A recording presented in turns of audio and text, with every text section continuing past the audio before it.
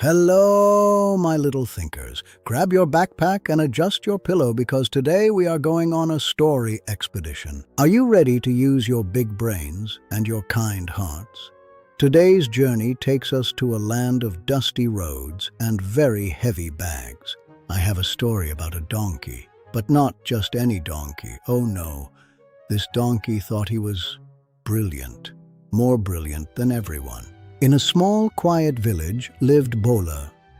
Every morning, before the sun was fully up, Bhola would wait for his master, the salt seller. The salt seller was a kind man. He didn't see Bhola as just a worker. He saw him as a friend. "Good morning, Bhola," he would say. He never used a whip. He never shouted. He shared his water and his bread. But Bhola had other things on his mind. Bhola didn't want kindness. He wanted less work. He spent all his time thinking of ways to do absolutely nothing. Every morning, the seller loaded heavy bags onto Bhola's back. White, sparkling salt. It was heavy and it was hard to carry. He became the most trustworthy donkey in the land. And the seller? He gave Bhola extra carrots because he knew he could rely on him. Have you ever had to carry something heavy, my little thinkers? Maybe a big bag of toys. How did it make you feel? They walked across rolling hills, through thick, cool forests, and toward the shimmering river that lay between them and the market. The river was the most beautiful part of the trip, but for Bhola, it was just one more thing to cross. Until one very special day, Bhola stepped on a wet, slippery rock. His hoof went one way, his body went the other. And plop, into the water he went. Bhola stood up slowly. He shook the water off his ears. And then he felt something. Something wonderful. Something light. If you found a way to make your chores disappear like magic, would you be tempted to do it again? Think about it. The next day, Bhola reached the river, but this time he didn't slip by accident. He had a plan, a very clever plan. Again, the salt dissolved. Again, the load became light. Bhola was so proud of himself. "I am the smartest donkey in the world." For 3 more days, Bhola did the same thing. Splash, light bags. Splash, light bags. He thought he had outsmarted the whole world. He even told the other animals, "Look at me," he brayed. "I work less and get more carrots. I am a genius." But the salt seller was not a fool. He saw the pattern. He saw that Bhola only slipped when the bags were full of expensive salt. The old man thought, "My friend has learned a trick that loses my salt. It's time I teach him a lesson he will never ever forget." What do you think the old man is going to do? Is he going to be angry, or is he going to be wise?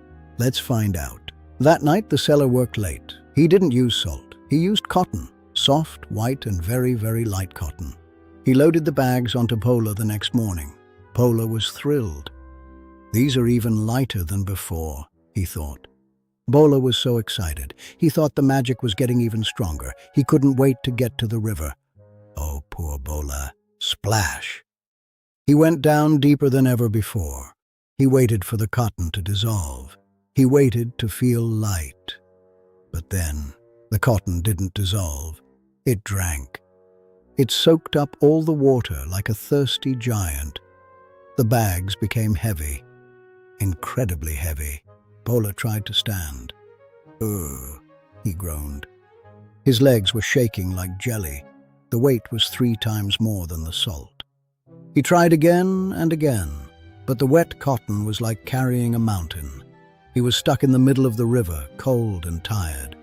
Bhola is in trouble now. Do you think he knows why this happened?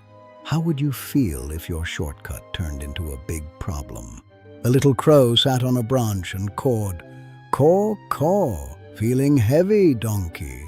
There is a difference between clever and wise. Clever finds shortcuts that work for a moment. Wise asks, "Will this shortcut still work tomorrow?" Bhola finally understood. From that day on, Bhola never fell in the river again.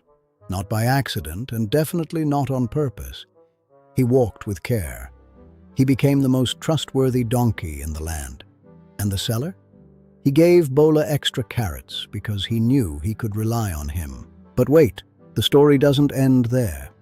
Weeks later, a younger donkey joined them, a donkey who wanted to learn the ropes. The young donkey saw the river and whispered to Bhola, "Hey, if I fall, will my bags get lighter? Should I try it?" Bhola stepped forward and said, "No, little one, let me tell you a story about a very clever donkey who almost drowned in cotton." Bhola became the village's wisest donkey, not because he never made mistakes, but because he learned from them. That is true wisdom. What's a mistake you've made that taught you something important? It's okay to make them, as long as we learn. Let's remember, first, a trick that works once might fail terribly the second time. Second, if something feels too easy, look for the catch. And third, intelligence without foresight is just expensive foolishness. Being wise means thinking about tomorrow, not just today. Next time you find a magical shortcut, ask yourself, what would happen if I did this every day?